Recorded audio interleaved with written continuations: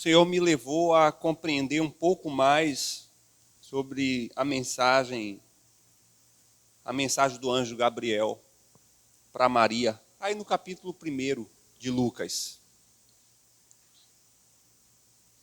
Esse texto me chamou muita atenção para algumas verdades bíblicas em que a mensagem chega até Maria e como ela responde a essa necessidade. E como ela compreende as verdades reveladas. E eu queria que você abrisse aí a sua Bíblia no texto de Lucas. Lucas, você vai abrir aí em Lucas, capítulo 1, a partir do versículo 26 até o versículo 38.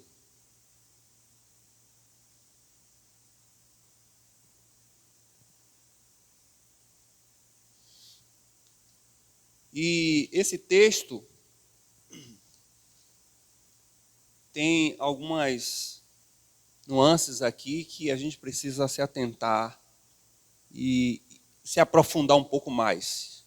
E diz assim: no 6º mês, o anjo Gabriel, enviado da parte de Deus para uma cidade da Galiléia chamada Nazaré, a uma virgem desposada com certo homem da casa de Davi, cujo nome era José. A virgem chamava-se Maria. E entrando o anjo aonde ela estava, disse: alegra-te, muito favorecida, o Senhor é contigo. Ela, porém, ao ouvir esta palavra, perturbou-se muito e pôs-se a pensar no que significaria essa saudação. Mas o anjo lhe disse: Maria, não temas, porque achaste graça diante de Deus. Eis que conceberás e darás à luz um filho, a quem chamarás pelo nome de Jesus. E este será grande, e será chamado Filho do Altíssimo. Deus, o Senhor, lhe dará o trono de Davi, seu pai. Ele reinará para sempre sobre a casa de Jacó, e o seu reino não terá fim. Então disse Maria ao anjo: como será isto? Pois não tenho relação com homem algum.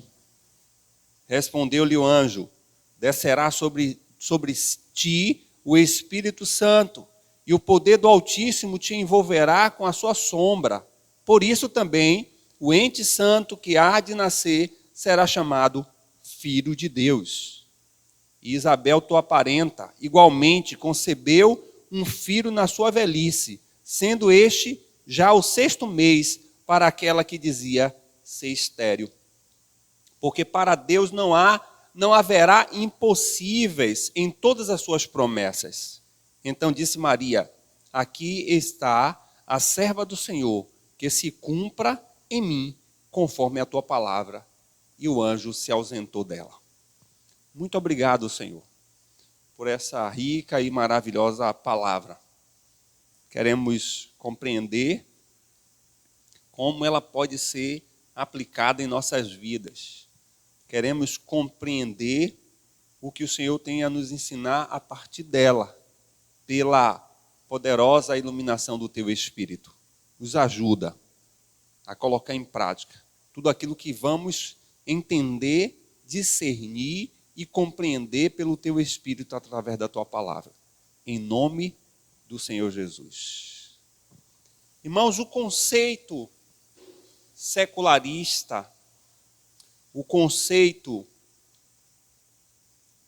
mundano de Natal, embora que nesses últimos 2 anos diminuiu essa tendência, até porque a pandemia causou esse efeito, mas o conceito ainda é um conceito voltado para a ideia de presente, de jantar natalino, de festividade, e infelizmente essa cultura que é evidenciada em todo mundo, pelo menos que adotam o calendário ocidental, é que esse período natalino é um período de festividade. Eu queria deixar então como tema dessa mensagem, Natal dedicando a vida a Deus.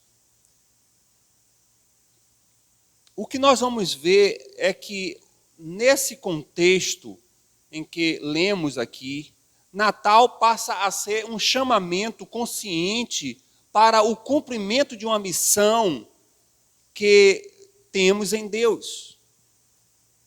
Todos nós temos uma missão a desempenhar, todos nós temos um propósito de vida, todos nós nascemos e existimos para cumprir esse propósito, e muitas vezes esse propósito e esse cumprimento de missão vem regado de desafios, de medos, de mudanças, e que horas a gente até tende a fugir dele. Por quê? Porque são propósitos que vão mexer com expectativas pessoais, com projetos pessoais. Sem dúvida que o Natal, mais do que nunca, é a consciência de que Jesus é o presente de Deus para a humanidade. É a própria encarnação de Deus para trazer o resgate e a restauração da humanidade que estava completamente destituída da presença de Deus. Mas, infelizmente, não é isso que se pensa, não é isso que se fala, não é isso que se pratica no mundo ocidental quanto a essa data natalina. O que a gente vê no registro de Lucas é Maria sendo um exemplo prático de como Deus pode usar alguém de forma extraordinária para cumprir a sua missão. E olhando para ela, nós vamos ver como essa experiência de Maria pode trazer princípios e valores importantes para nossas vidas e para o entendimento que devemos ter também acerca dessa missão pela qual Deus tem nos confiado.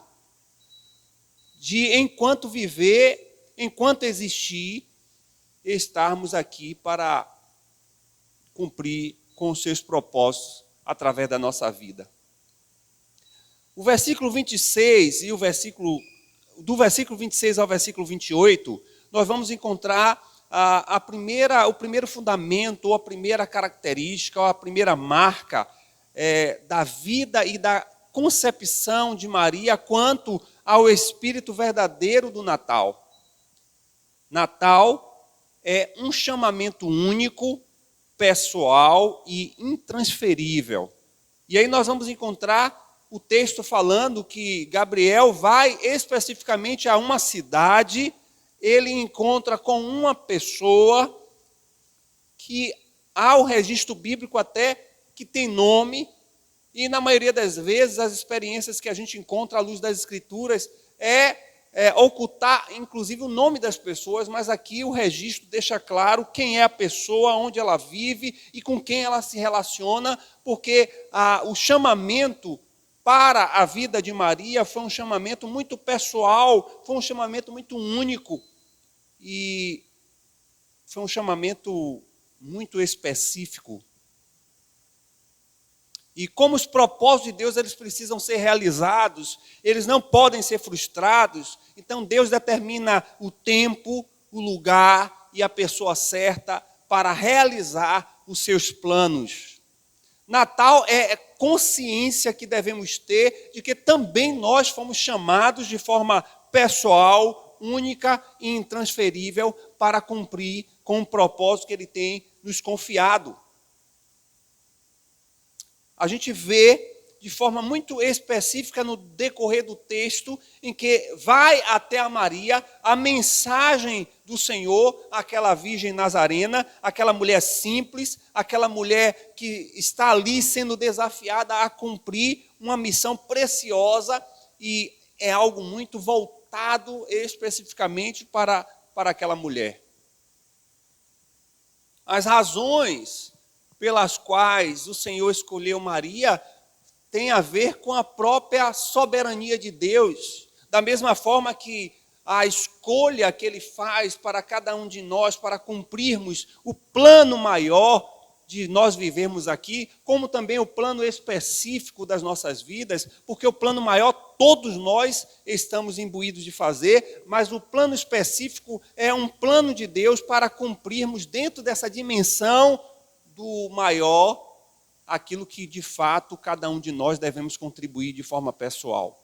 A escolha das nossas vidas é peculiar à própria natureza e soberania de Deus, quando, no meio de tantas pessoas que morrem, que já morreram nesses últimos anos, Ele nos escolheu para cumprir com a sua missão.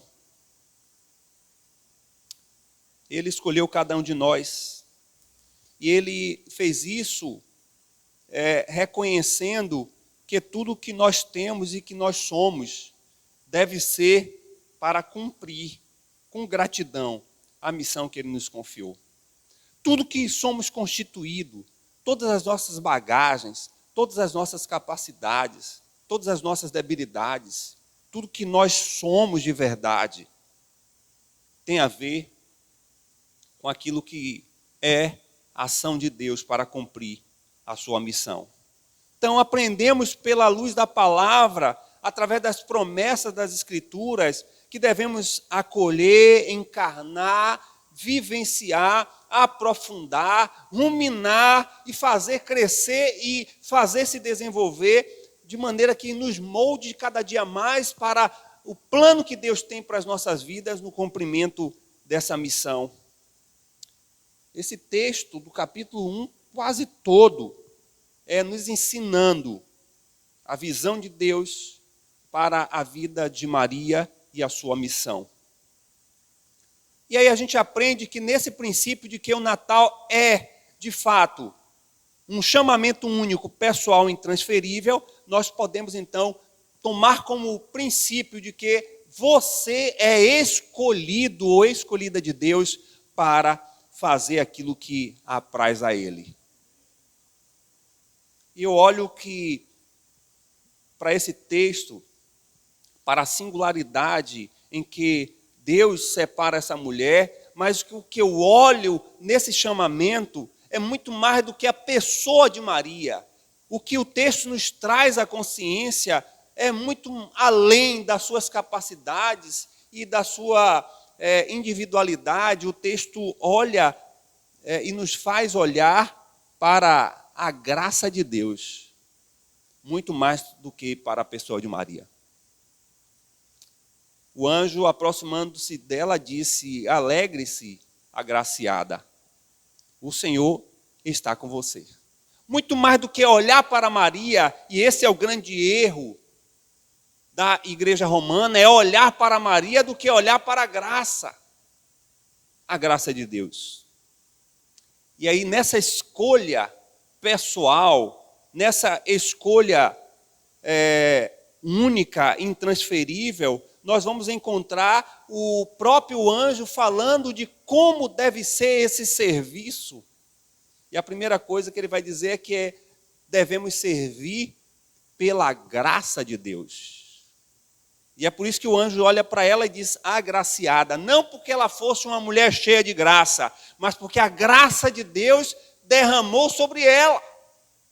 A importância não está no vaso, a importância está na graça que foi derramada. E olhar então para a forma singular que Jesus convida a cada um de nós, nós devemos olhar muito mais para o derramar da sua graça do que propriamente para as nossas próprias vidas. Não existe mérito nenhum em Maria, não existe mérito nenhum na minha vida. O que existe aqui é alcançarmos a graça irresistível de Deus que nos enche e nos habilita para cumprir com a sua missão.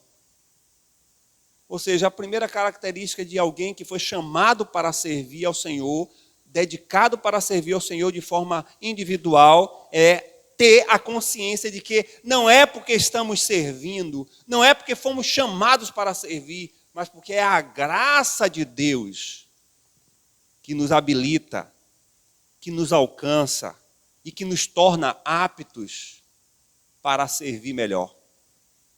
E a segunda coisa que nós vamos olhar também nesse texto é que devemos servir com alegria. Além de ser um grande privilégio servir, além de sermos cheios da graça de Deus que vem sobre nós e nos enche, e nos cobre e que nos habilita para servir, nós devemos fazer isso também com o coração satisfeito, realizado, pleno, mesmo sabendo que é uma obra espinhosa, mesmo sabendo que nós teremos desafios, mesmo sabendo que muitas vezes esse chamamento vem com mudanças, e mudanças são dolorosas, são sofredoras, mesmo sabendo que é um ministério chamado para a cruz, mesmo sabendo que é um ministério que fala muito mais de nós nos entregarmos do que nós recebermos, mesmo sabendo que é um ministério difícil, nós precisamos fazê-lo com alegria. A gente olha esse texto e essa mensagem de Maria com um olhar muito folclórico, como se estivéssemos vivendo ou como se o texto fosse escrito por uma mulher nos nossos dias. Nós devemos servir porque fomos alcançados pela graça irresistível. Por isso que nós somos agraciados. Somos agraciados em servir ao Deus vivo, porque a sua graça nos encheu.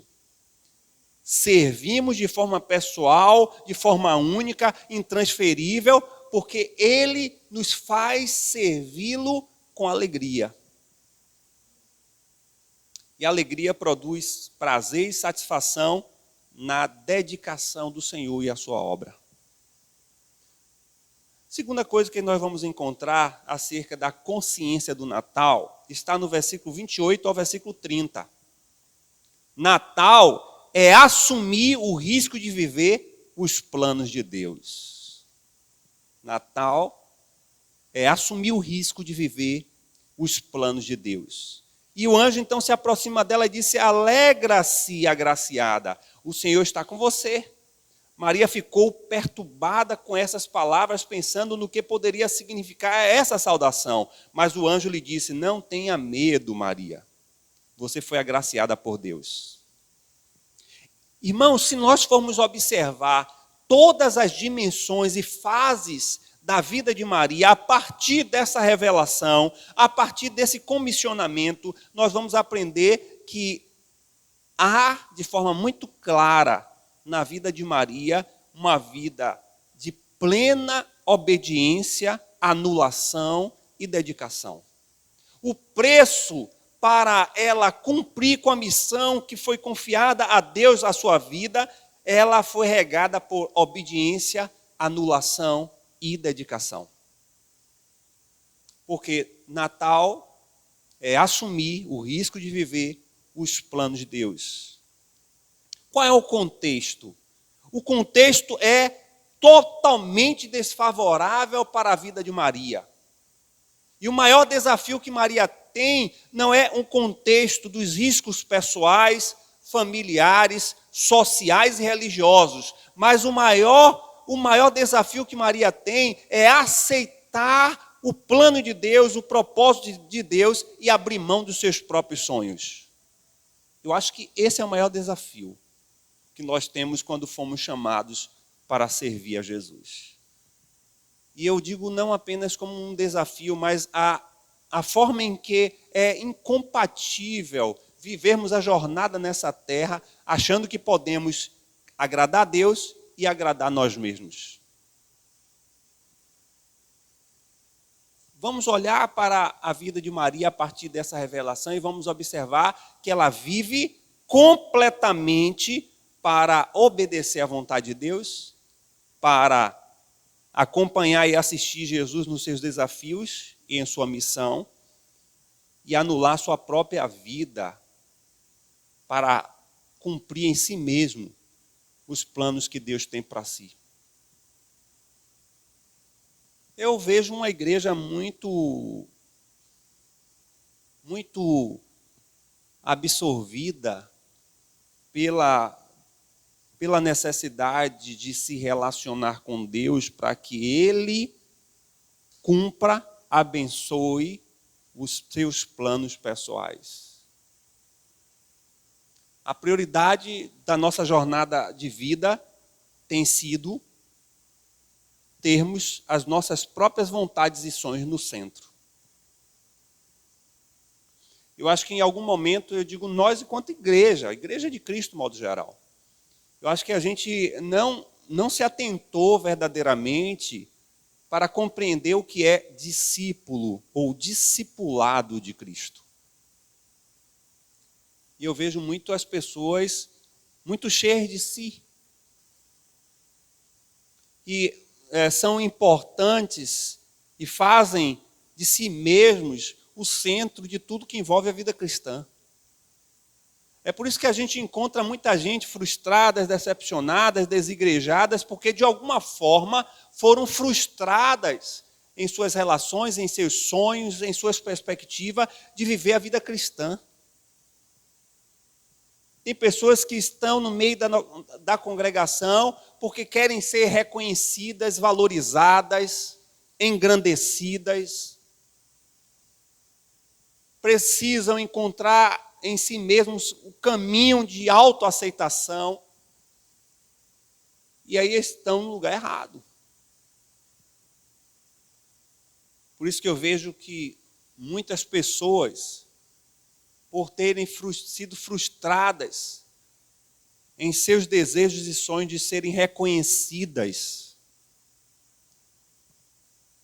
abrem mão da jornada ministerial e abrem mão da vida cristã. Porque quando se deparam com a ideia de que ministério é uma anulação, ministério é uma dedicação, que ministério é uma entrega, que ministério muitas vezes é e tem partes também de muitas lutas e dificuldades e muitas tristezas e frustrações, aí as pessoas não querem.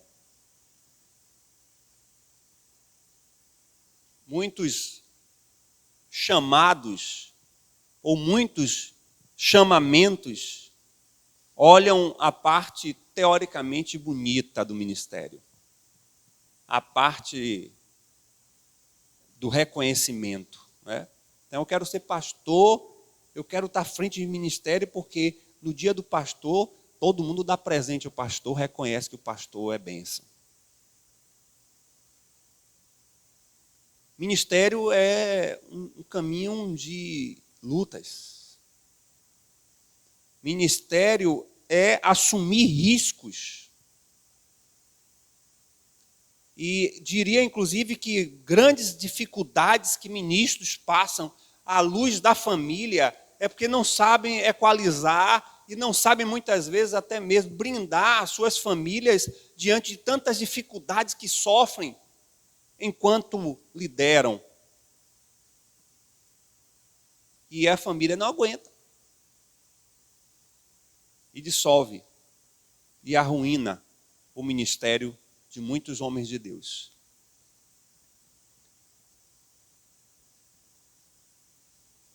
Natal é assumir riscos de cumprir com os propósitos de Deus.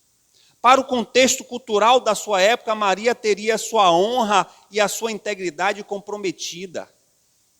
Sua família e seu futuro esposo poderia abandoná-la. Se tornaria uma mulher socialmente excluída, sem valor e respeito. A situação ainda se agravava pelo contexto religioso, porque nos dias da sua vida, essa prática que declarava a sua gestação poderia ser pacífica de apedrejamento. Ou a gente acha que ela recebe isso e acha tudo muito normal. Que maravilha, que honra, que maravilha. Ela correu riscos pessoais. riscos familiares, sociais, religiosos, riscos que muitos não querem sofrer porque tem um nome a zelar, porque tem um título, porque tem um reconhecimento, porque querem ser vangloriados diante das pessoas, e o que nós estamos encontrando é cada dia mais as pessoas abrindo mão de um chamado, porque não querem correr riscos. Quantas pessoas você conhece que já abriu mão da fé e do ministério, porque de uma certa forma foram afrontados em sua postura, ou porque não foram reconhecidos? Quantos? Nunca fui reconhecido. Há os riscos dos medos da vida. A vida toda de Maria foi uma vida repleta de desafios, em que ela percorreu assistindo, apoiando e seguindo a Jesus da gravidez até a ressurreição. A história de vida dessa mulher foi o tempo todo correndo riscos, dedicando, abrindo mão, obedecendo. Do nascimento de Jesus até a ressurreição, a vida de Maria foi transtornada em obediência a um chamamento.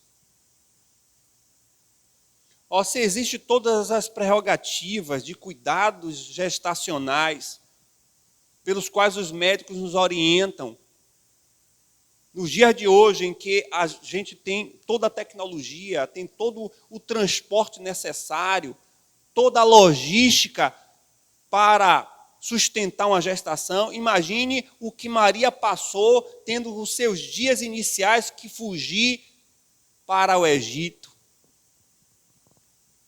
passando por desertos, montado em um burrinho, as adversidades que essa mulher passou. Imagine o quanto Maria sofreu diante da sua família ao ver Jesus assumir a missão de ser o Salvador, e o quanto a sua família a desprezava porque os judeus não reconheceram que Jesus era o Senhor. Imagine o quanto Maria viveu ali apreensiva, na expectativa de que qualquer momento os centuriões romanos poderiam pegar Jesus e prender, e assim foi por diversos momentos, mas o Espírito não permitia, até que se cumprisse o momento exato. Imagine você, como mãe, ver o seu filho correndo risco de vida todo o tempo. Ela estava lá vendo o seu filho dilacerado na cruz, desprezado, completamente agredido. Ou ela também não teve saudade? Natal chama a atenção para os riscos que nós temos de viver a vida com Deus. Será que estamos de fato dispostos? Uma jovem, tão jovem, prometida, que diante da sua cultura seria uma imensa vergonha aparecer grávida, e que o mínimo que ela poderia ter era um comprometimento do seu futuro casamento, fora o que ela iria sofrer de vergonha, de rejeição, diante de uma sociedade extremamente religiosa.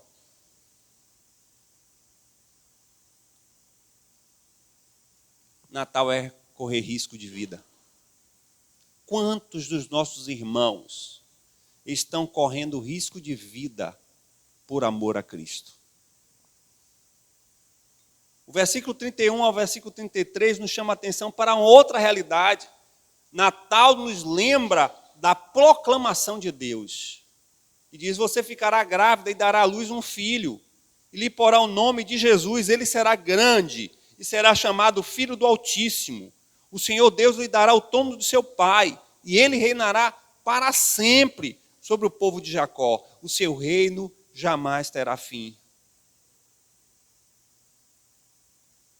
Perdemos há muito tempo, o sentido do Natal, em que o Papai Noel assumiu o protagonismo da festa, uma busca consumidora de presentes,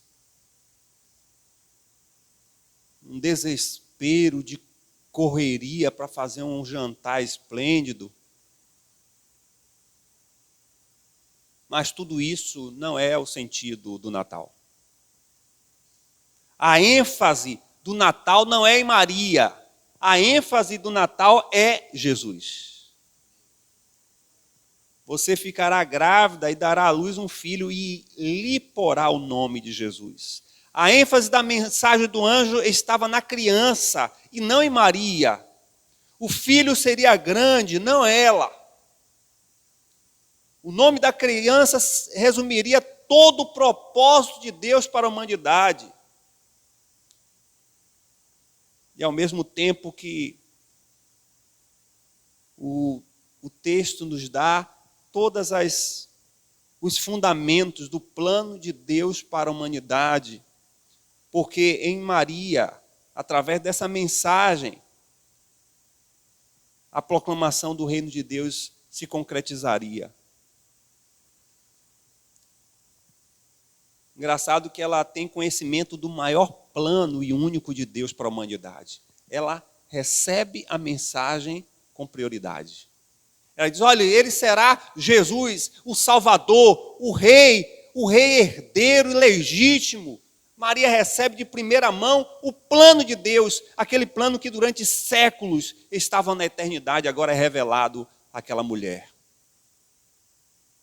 Nós fomos revelados esse plano.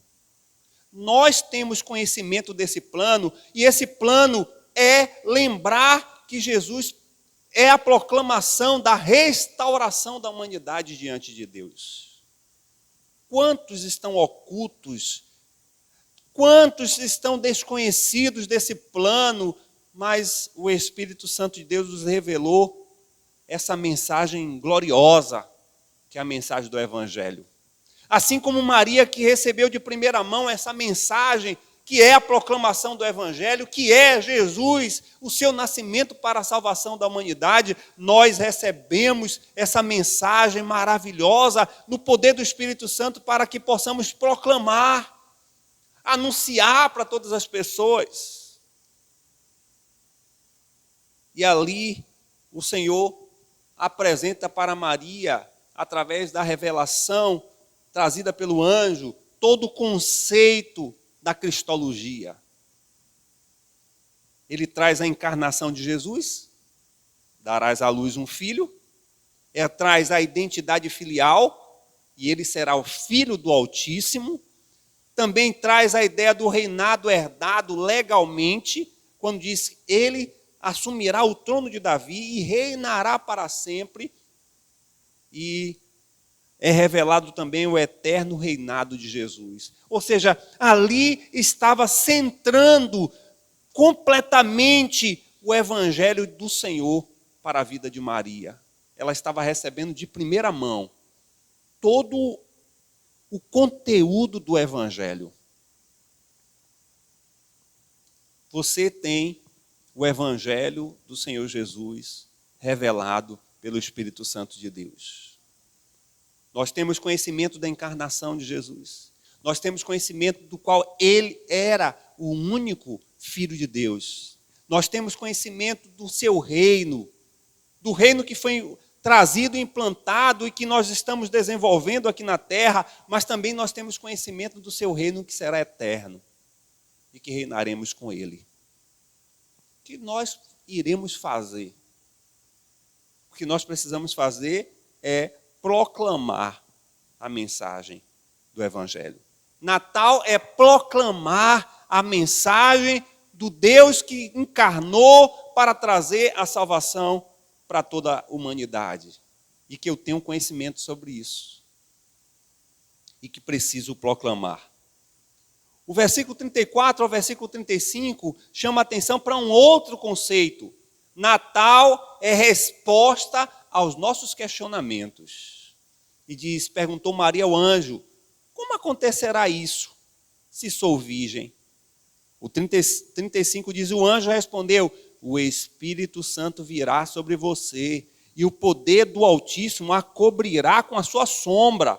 Assim, aquele que há de nascer será chamado Santo. Santo, Filho de Deus. Irmãos, essa parte maravilhosa desse episódio bíblico nos conduz a uma profunda revelação de Deus a Maria sobre a pessoa de Jesus, sobre o seu papel e a sua missão. E o que a gente vê aqui em primeiro momento não é Maria questionando por questionar, ou porque estava ali colocando em dúvida a mensagem. Não é uma expressão de incredulidade, não é uma expressão de medo, mas é uma expressão de curiosidade. Tem a ver mais como o processo vai acontecer, como isso vai ser realizado, muito mais do que um sentimento de incredulidade ou medo. Ela tem certeza de que ela vai cumprir com um propósito da mensagem que chegou ao seu coração. Ela só não sabe como. Como isso vai acontecer? Irmãos, Natal é pensar nas respostas que Deus nos traz aos questionamentos da nossa vida. É saber como Deus age nos processos que Ele realiza para que nós, enquanto jornada nessa terra, possamos cumprir com o seu propósito. Não tem nada a ver com incredulidade, medo, incerteza. Tem a ver com como eu vou cumprir com o propósito de Deus enquanto viver. Eu preciso ter consciência de que, enquanto eu estiver nessa jornada da vida, eu tenho um propósito a cumprir em Deus.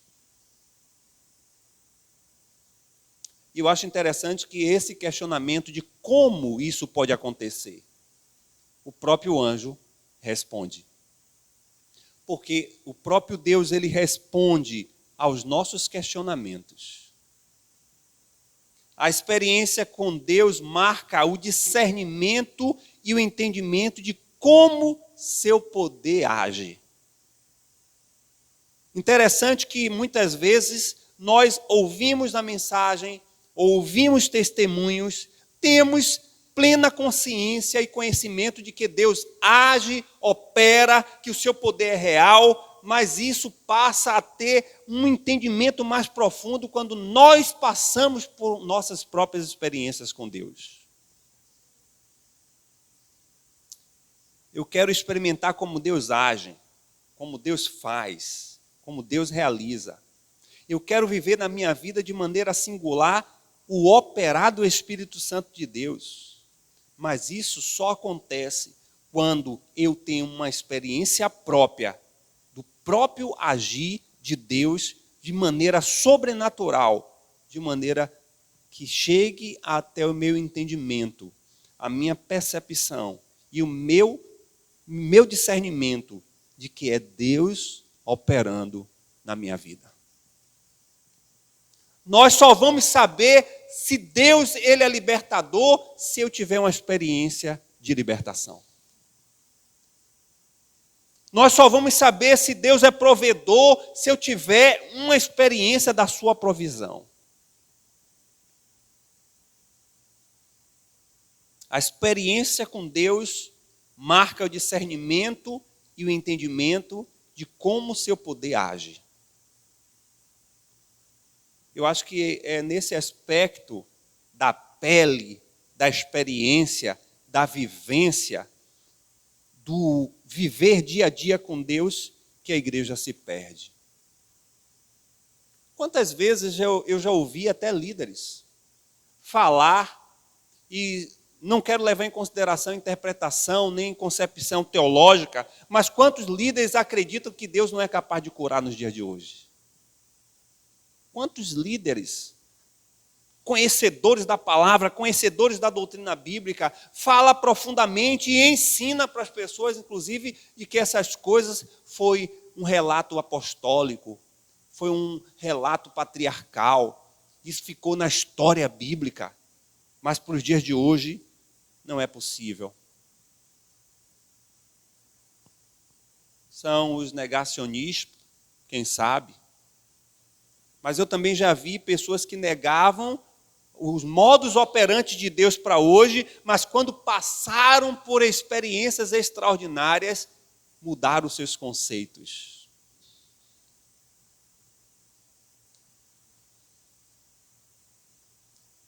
Eu acho que a igreja precisa conhecer sobre Deus. Eu creio que a igreja precisa conhecer mais sobre Deus. Mas também eu acredito que a igreja precisa conhecer mais de Deus, experimentando e vivendo experiências nele. Enquanto isso, a gente fica apenas na teoria, fica apenas na suposição, na conjectura. A gente crê veemente, a gente acredita que a palavra é real, mas lá no fundo, há um pouco de dúvida, há um pouco de incerteza, há um pouco de incredulidade. E somente quando a gente vive experiências é que a gente passa a entender que realmente o poder de Deus é real.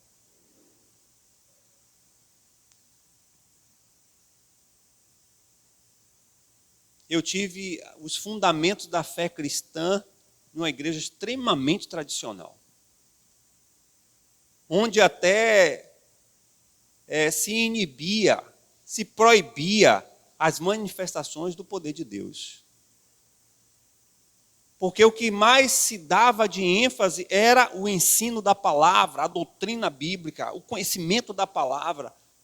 Mas o que nós nos tornamos como igreja, principalmente as igrejas históricas, nós nos tornamos uma igreja que conhece muito de Deus.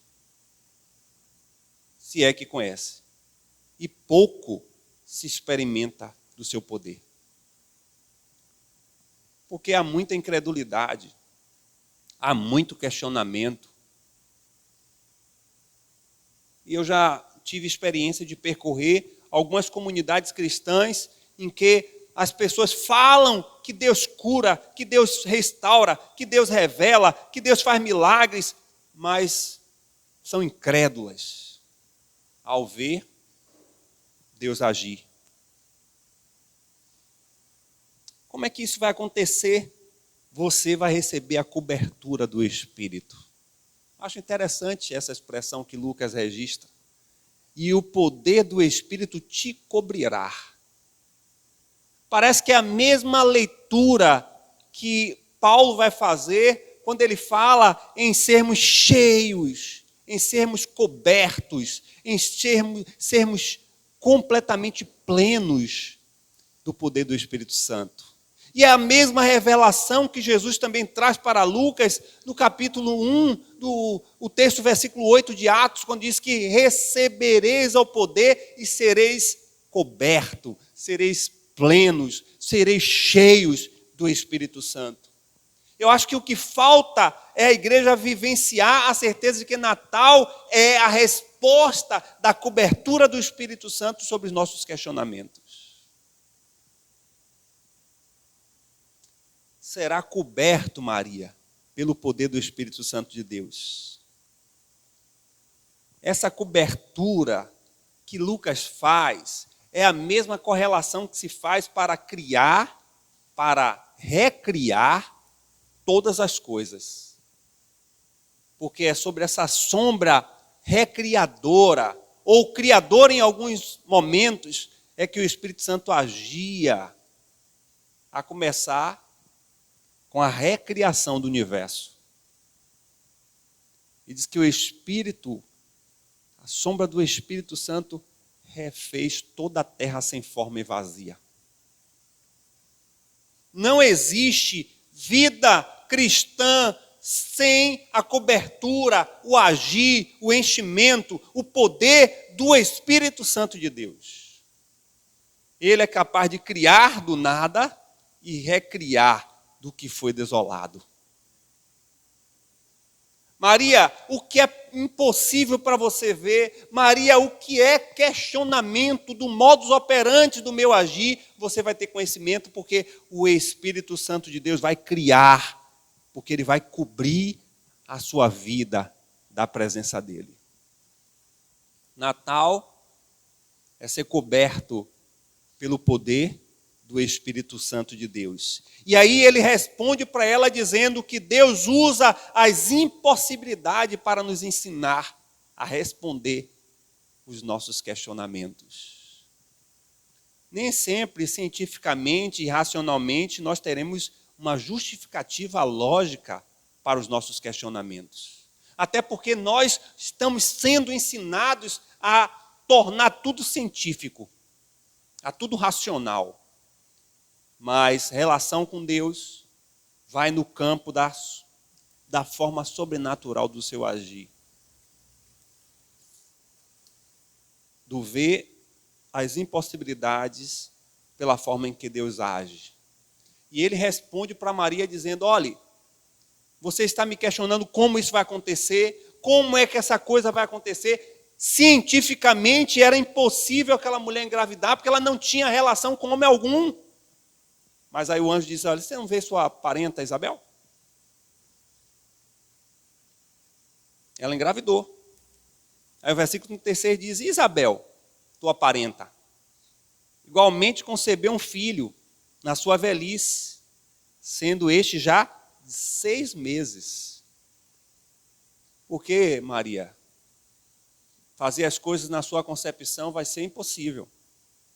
Entendimento na sua racionalidade quase que é impossível. Mas quando você sai desse lugar e entra na perspectiva do olhar de Deus, da ação de Deus, do poder de Deus, tudo é possível. Tudo é possível.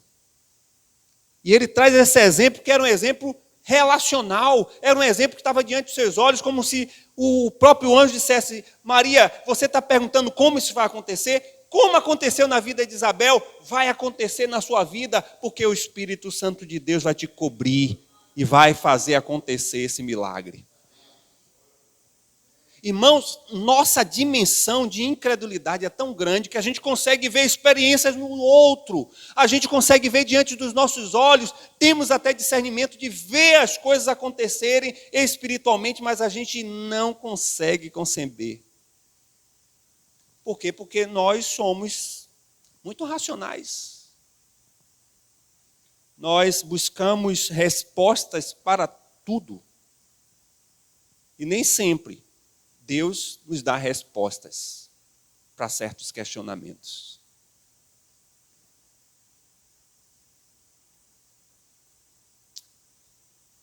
Porque para Deus não haverá impossíveis. Agora a gente não pode pegar essa parte da mensagem e achar que tudo tem a ver com a impossibilidade nossa e a possibilidade de Deus para todas as coisas, porque o texto não diz isso. O texto diz que Deus ele é capaz de fazer as coisas impossíveis para cumprir com as suas promessas. Ou seja, tudo que está envolvendo a minha vida, que tem a ver com as promessas de Deus na minha vida, por mais que tenha uma perspectiva impossível, vai acontecer. Agora, se não é promessa de Deus, se não é compromisso de Deus, se não está dentro da agenda de Deus, se não está dentro do propósito de Deus, nem peça, porque vai continuar sendo impossível. Aí a gente pega essa parte aí, não, porque é tudo que é impossível. Não, tudo que é impossível de promessa dele. Se ele prometeu, ele vai cumprir. Mesmo que seja racionalmente impossível de acontecer. Porque nós estamos falando de um fato que era racionalmente impossível de acontecer. Uma gestação sem relação sexual.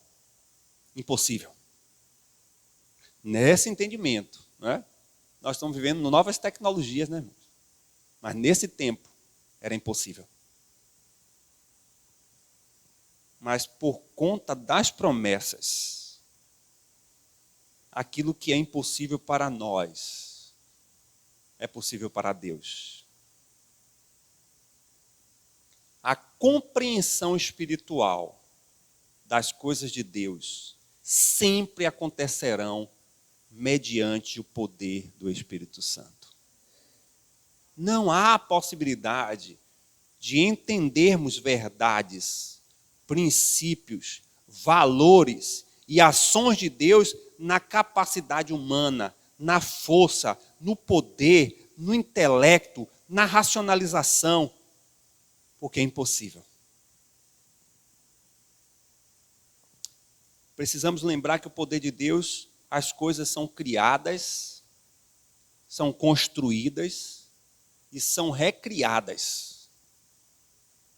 Ele é suficientemente capaz de fazer isso. E ele lembra isso para Maria. Não era impossível, Isabel? Já velha, não tinha mais condições, estéril. Mas eu estou lhe dizendo, Maria, que Deus pode fazer isso. Natal é lembrar que Deus responde a questionamentos que horas a gente busca trazer um entendimento, um discernimento com a nossa capacidade racional. Nem sempre Deus responde através do nosso entendimento e do nosso intelecto. Quase sempre, Ele faz sempre coisas extraordinárias e sobrenaturais. Se a gente não tem uma experiência de ver esse agir de Deus, vamos continuar incrédulos e perguntando como isso pode acontecer. O versículo 38 vai trazer aqui um entendimento mais amplo daquilo que deveria ser a essência do Natal dos nossos dias. Ele diz, eu sou sua serva, serva do Senhor, que aconteça comigo conforme a sua palavra. Natal, irmãos, nos lembra que devemos nos entregar totalmente a Deus. Natal é para lembrar isso. A resposta do anjo vai clarear a visão de Maria, vai trazer o seu entendimento espiritual muito além da sua capacidade racional de compreender que a promessa de Deus vai se cumprir em sua vida. Ela vai engravidar pelo poder do Espírito Santo. E aí nós vamos entender que essa entrega total, essa entrega de vida para fazer a vontade de Deus, é uma entrega de corpo, alma e espírito. Literalmente. O Senhor pediu a Maria para que ela entregasse tudo, toda a sua vida para Ele. Ele precisaria do seu corpo, dos seus sentimentos, da sua vida espiritual para cumprir os seus planos. E Maria concordou. Ela não teve reservas. Ela se entregou totalmente ao Senhor. E hoje? O que é que o Senhor nos pede? Ele não pede menos do que isso. Ele nos pede, Ele nos solicita uma entrega total. Ele quer usar o nosso corpo, Ele quer usar a nossa mente, Ele quer usar o nosso espírito para fazer a sua vontade. Porque acreditamos que parte da nossa vida, parte da constituição da nossa natureza, Deus não se interessa.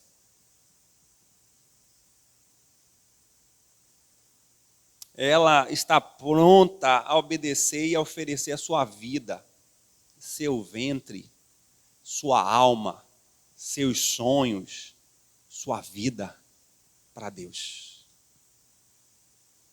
Maria, ela é de Deus. Ela está disponível para Deus. Ela está pronta para sofrer os riscos, a mudar sua agenda, a realinhar os seus sonhos e desistir dos seus próprios desejos para cumprir a vontade de Deus.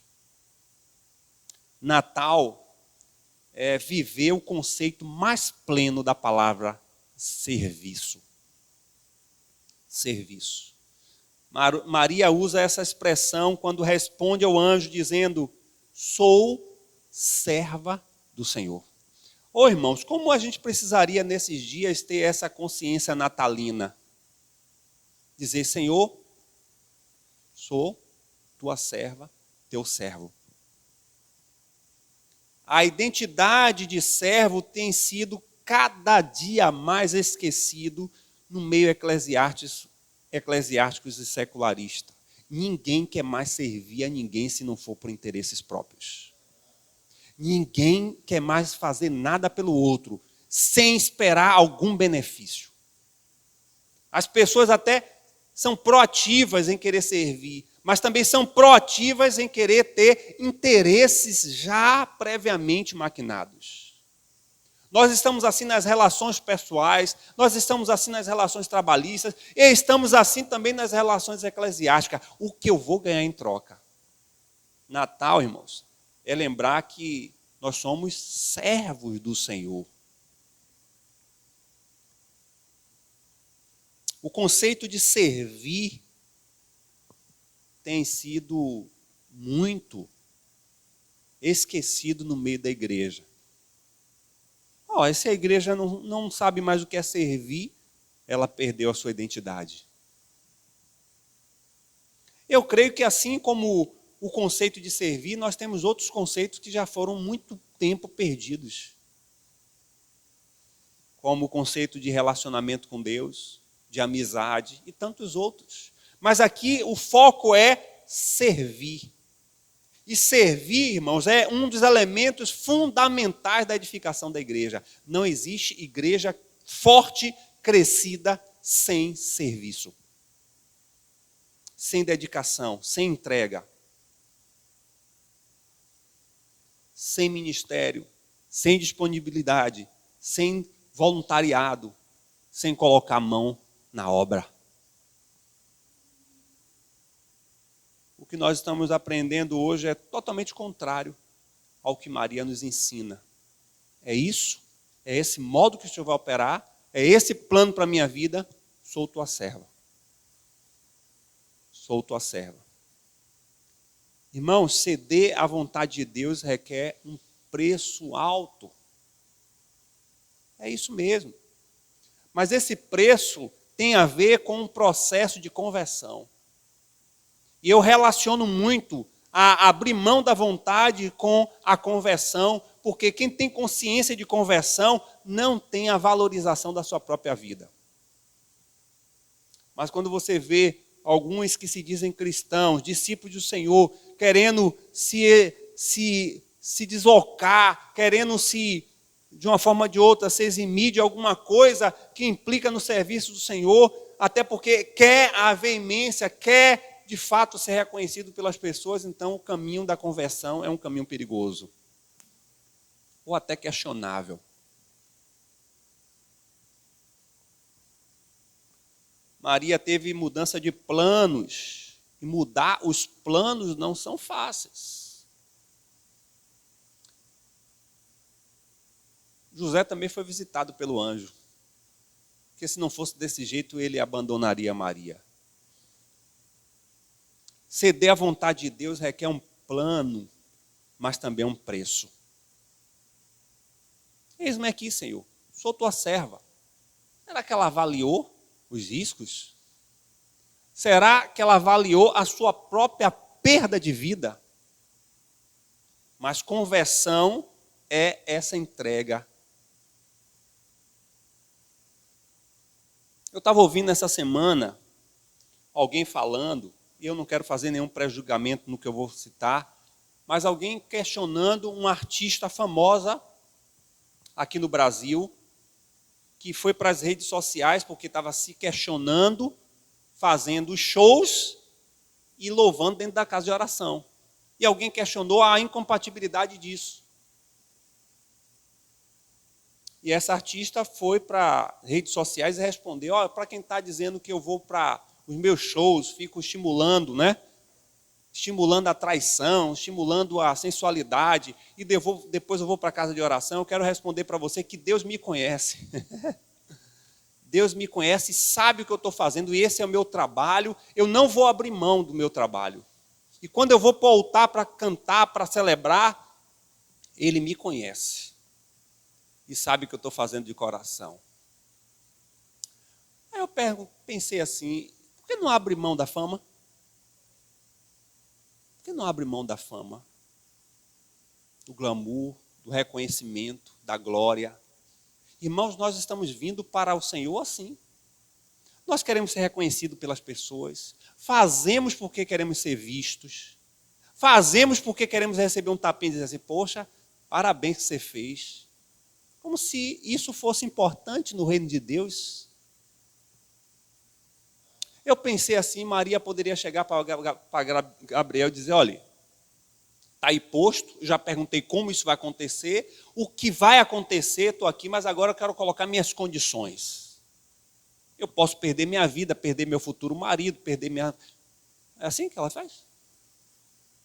Eu não vou ser reconhecida, eu vou perder minha liberdade, uma gestação complicada, a promessa de que ele será o Filho de Deus vai confrontar o Império Romano, eu só vou ter riscos.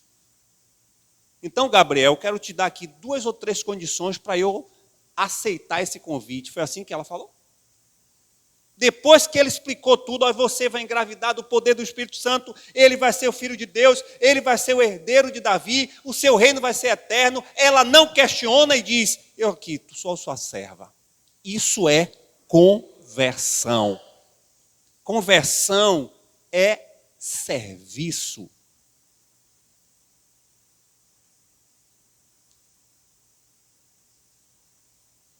E no reino de Deus não existe serviços importantes ou menos importantes. Ceder à vontade de Deus requer um preço. Abrir mão do controle total da vida, deixando que o Senhor seja o Senhor verdadeiro. É aí que está o problema. Eu acho que um dos problemas da igreja de hoje é justamente esse. O convite que Jesus nos faz é sermos servos, mas nós temos as condicionais. Vou fazer isso, Senhor, mas se a igreja reconhecer quem eu sou. Ah, Senhor, eu vou fazer isso aqui, mas eu quero ter o título disso aqui. É tão hipócrita isso. Ah, eu vou fazer isso aqui, mas eu quero que todo mundo reconheça que eu sou fundador da igreja. Ah, eu quero que eu estou fazendo isso aqui, mas que eu quero que todo mundo saiba que eu sou o maior dizimista da igreja. Ah, eu vou fazer isso aqui, mas Senhor, o que é que eu vou ganhar com isso? E é por isso que nós temos tanta gente frustrada, decepcionada, não com Cristo, mas com suas expectativas que não foram correspondidas. E aí projeta na igreja a valorização, o reconhecimento. Uma coisa que eu sempre me policiei, dessa limiar de reconhecimento de honra, não é? Que a gente pega muito isso. Não, não é na glória não, mas dá honra a quem tem honra. Irmãos, é um perigo.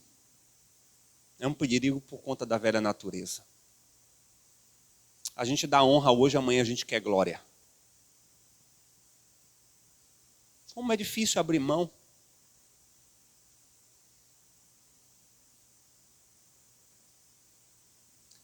E o texto diz que, o versículo 29, a gente não leu esse texto, o versículo 39, diz que naqueles dias, dispondo-se Maria, foi apressadamente à região montanhosa, à cidade de Judá. Aí, se você for ler o restante do texto, vai ver que Maria corre e vai começar a servir as pessoas através do chamamento que Deus lhe faz. Ela encontra em si mesma, além da sua entrega total, ela encontra em si mesma a forma para servir ao Senhor. Irmãos, nós precisamos olhar para a nossa história, quem somos, e perceber, Senhor, como eu posso ser um instrumento para te servir? As potencialidades, as habilidades, as capacidades que Deus tem nos dado é para a obra. É para, de alguma forma, nós edificarmos e proclamarmos o seu reino. E quando nós não estamos fazendo isso, também não estamos dizimando ao Senhor com os nossos talentos e nossas capacidades. Maria encontrou a forma de servir. A palavra de Deus chega a Maria e faz com que Maria saia de si mesma para servir os outros. Primeiro servir a vontade de Deus e depois servir as pessoas. A gente foi chamado para isso, para servir primariamente a Deus e servir o outro. E por fim, o versículo 38, eu quero finalizar dizendo que Natal é aceitar a vontade de Deus. Sou sua serva, sou serva do Senhor, que aconteça comigo conforme a tua palavra. Como nós devemos aceitar de uma boa notícia de forma inesperada, como Maria aceitou? Qual foi o segredo que Maria teve para aceitar uma mensagem tão difícil, uma missão tão espinhosa, com tanta dedicação, com tanta abdicação de vida e obediência? Qual é o segredo que aquela mulher tem? Qual é o segredo que nós podemos aprender com ela? Irmãos, não tem segredo. A gente sempre quer saber mais de como podemos fazer a exemplo dos outros. Simplesmente a gente só precisa ser alguém que tenha consciência de que Deus quer nos usar. A palavra de Deus vem com a experiência na vida. A palavra de Deus chega a Maria não por meio de um texto bíblico, uma revelação extraordinária, mas através de uma experiência profunda de manifestação de um anjo que vai trazer uma palavra desafiadora de Deus. Nós já recebemos essa palavra. A palavra em que nos comissiona a servir ao Senhor já foi revelada, já foi trazida pelo Espírito Santo em nossos corações. A palavra de Deus viabiliza o horizonte para a missão do serviço a ser realizado. A palavra atinge a Maria no ambiente da vida pessoal e cotidiana dela, e ela simplesmente recebe do anjo a mensagem: alegra-te, cheia de graça, o Senhor está contigo. Irmãos, palavras semelhantes nós vamos encontrar aos grandes homens do Antigo Testamento que receberam o desafio do Senhor. Moisés recebe essa mensagem: Deus está contigo. Josué recebe essa mensagem: Deus está contigo. Jeremias recebe essa mensagem: Deus está contigo. E nós também temos esse desafio de cumprir essa missão, e o Senhor disse que estaria conosco todos os dias até a consumação dos séculos. Portanto, nós precisamos nos colocar à disposição do Senhor para servi-lo, porque o mais importante, enquanto vivermos nessa terra, é ceder o nosso eu à vontade de Deus.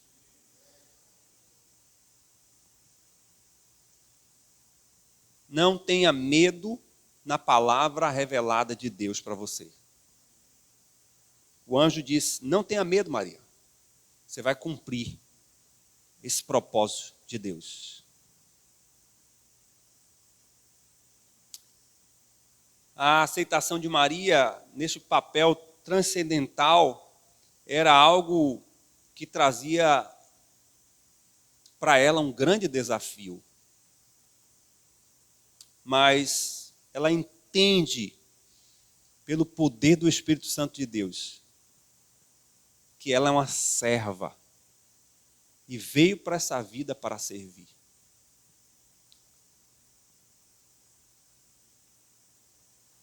Sou serva do Senhor, que aconteça comigo conforme a tua palavra. Você pode falar isso também? Você pode dizer: Senhor, eu não sei quanto tempo de vida eu tenho. Eu não sei quanto tenho de expectativa de vida. Mas enquanto eu estiver vivendo nessa terra, eu quero, Senhor, dedicar minha vida para Ti.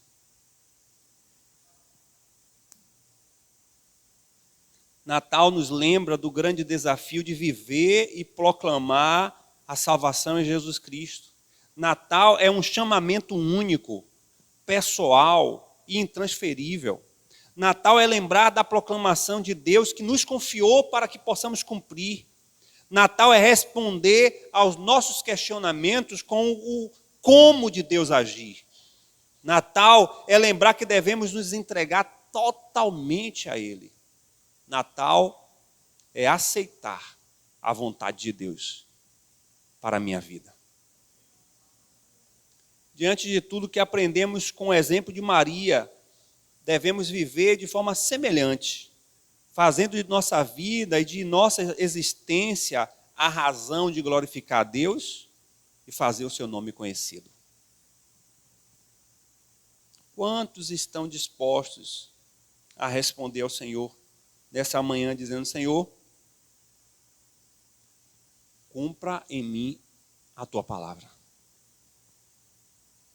sem avaliar riscos, sem colocar diante de Deus condicionais, sem buscar respostas racionais diante de coisas que Deus quer fazer em nós e através de nós.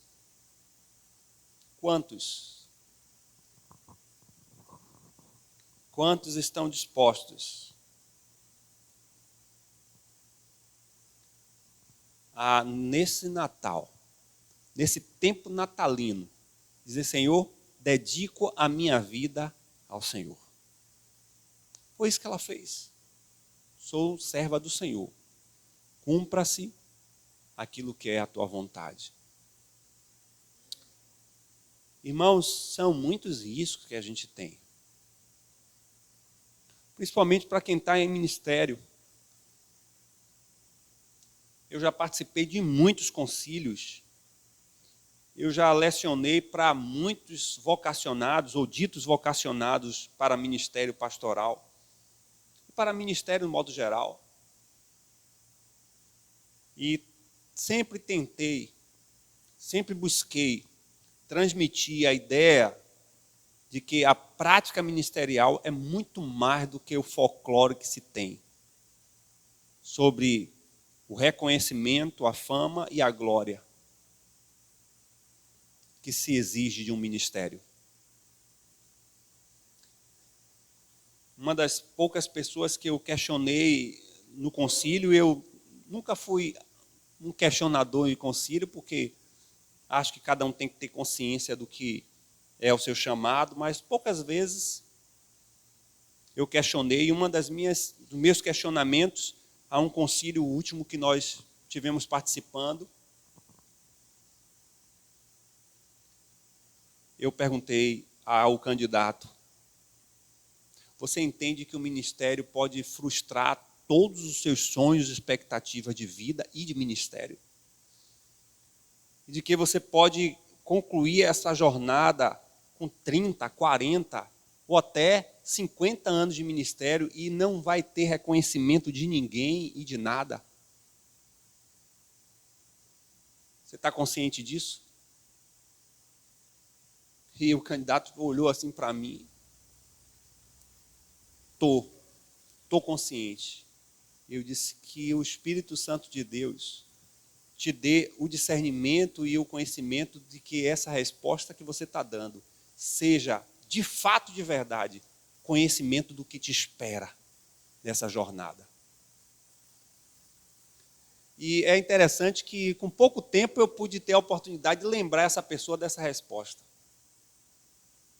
Quando já estava apto a desistir, a não querer caminhar mais, já estava cheio de problemas, cheio de feridas. Lógico que eu não liguei para isso, eu liguei para estender o braço e dizer que estamos juntos, mas o Senhor me fez lembrar. Lembra da pergunta que eu fiz quando você estava para passar no concílio? Lembro. E agora você está desistindo.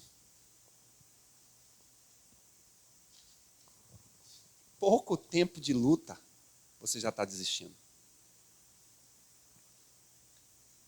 Irmãos, nós somos chamados para ser servos do Senhor e é uma caminhada difícil.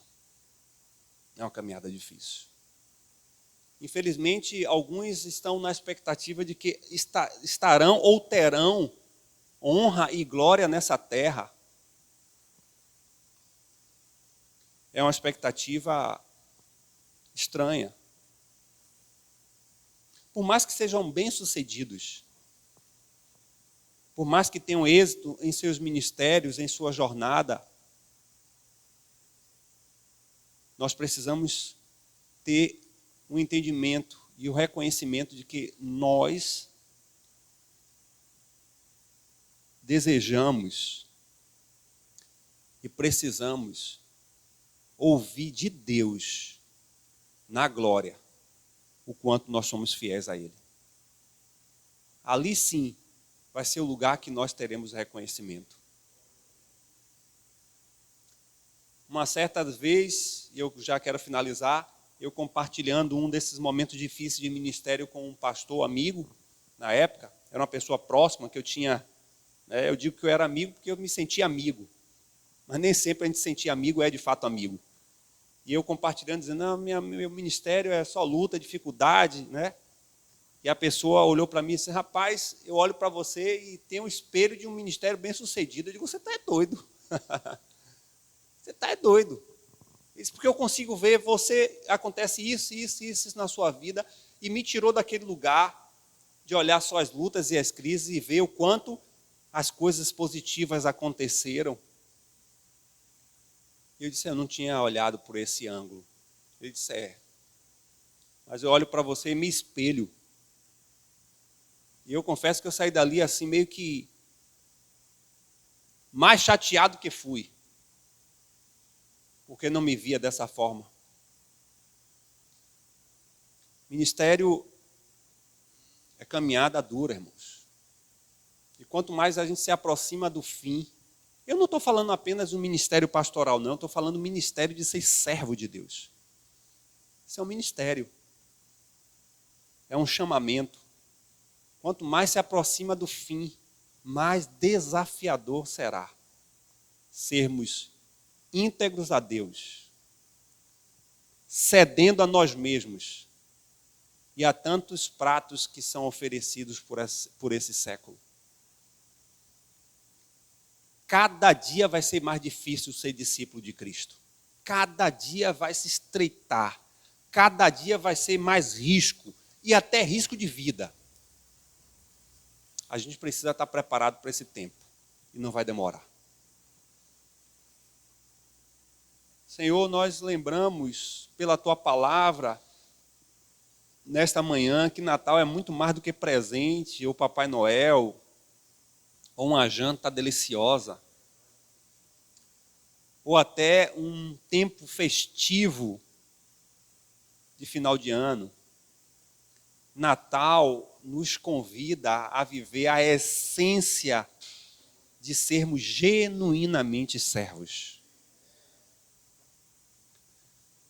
Essa manhã, Pai eterno, nós precisamos pedir o Teu socorro para destronar o nosso eu nessa jornada de vida. Precisamos tirar as nossas expectativas como a razão de viver nessa terra.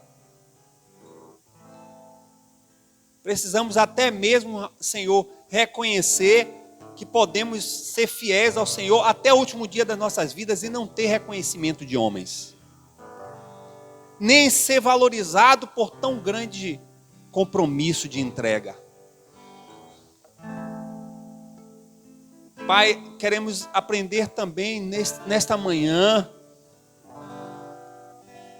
de que não é suficiente, não é básico conhecer o quanto conhecemos o Senhor das doutrinas bíblicas, de textos e citações da Tua palavra, das Tuas promessas, dos princípios e dos valores da Tua promessa, se não são vivenciadas de forma espiritual em minha vida.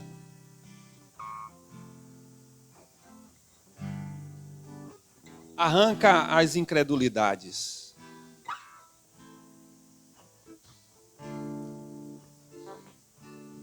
O Senhor é Deus natural e sobrenatural. O Senhor é Deus que age na nossa racionalidade, mas o Senhor é Deus que age de forma transcendental. E não podemos limitar o Teu agir. Essa manhã nos converte a um genuíno evangelho. Um evangelho que olha a expectativa de vida para cumprir os Teus propósitos. Que essa manhã a gente possa ter plena consciência do que é abrir mão de nós mesmos, correndo o risco para fazer a tua promessa se cumprir através das nossas vidas. Mesmo que isso seja frustrar os nossos sonhos, mesmo que isso não seja reconhecer diante dos homens os nossos valores, mesmo que isso seja contrariar a nosso próprio eu, me ensina, Senhor, a exemplo de Maria, a render a minha vida em obediência às tuas promessas. Cumpre em mim o que tu queres. Essa é a minha oração, em nome de Jesus.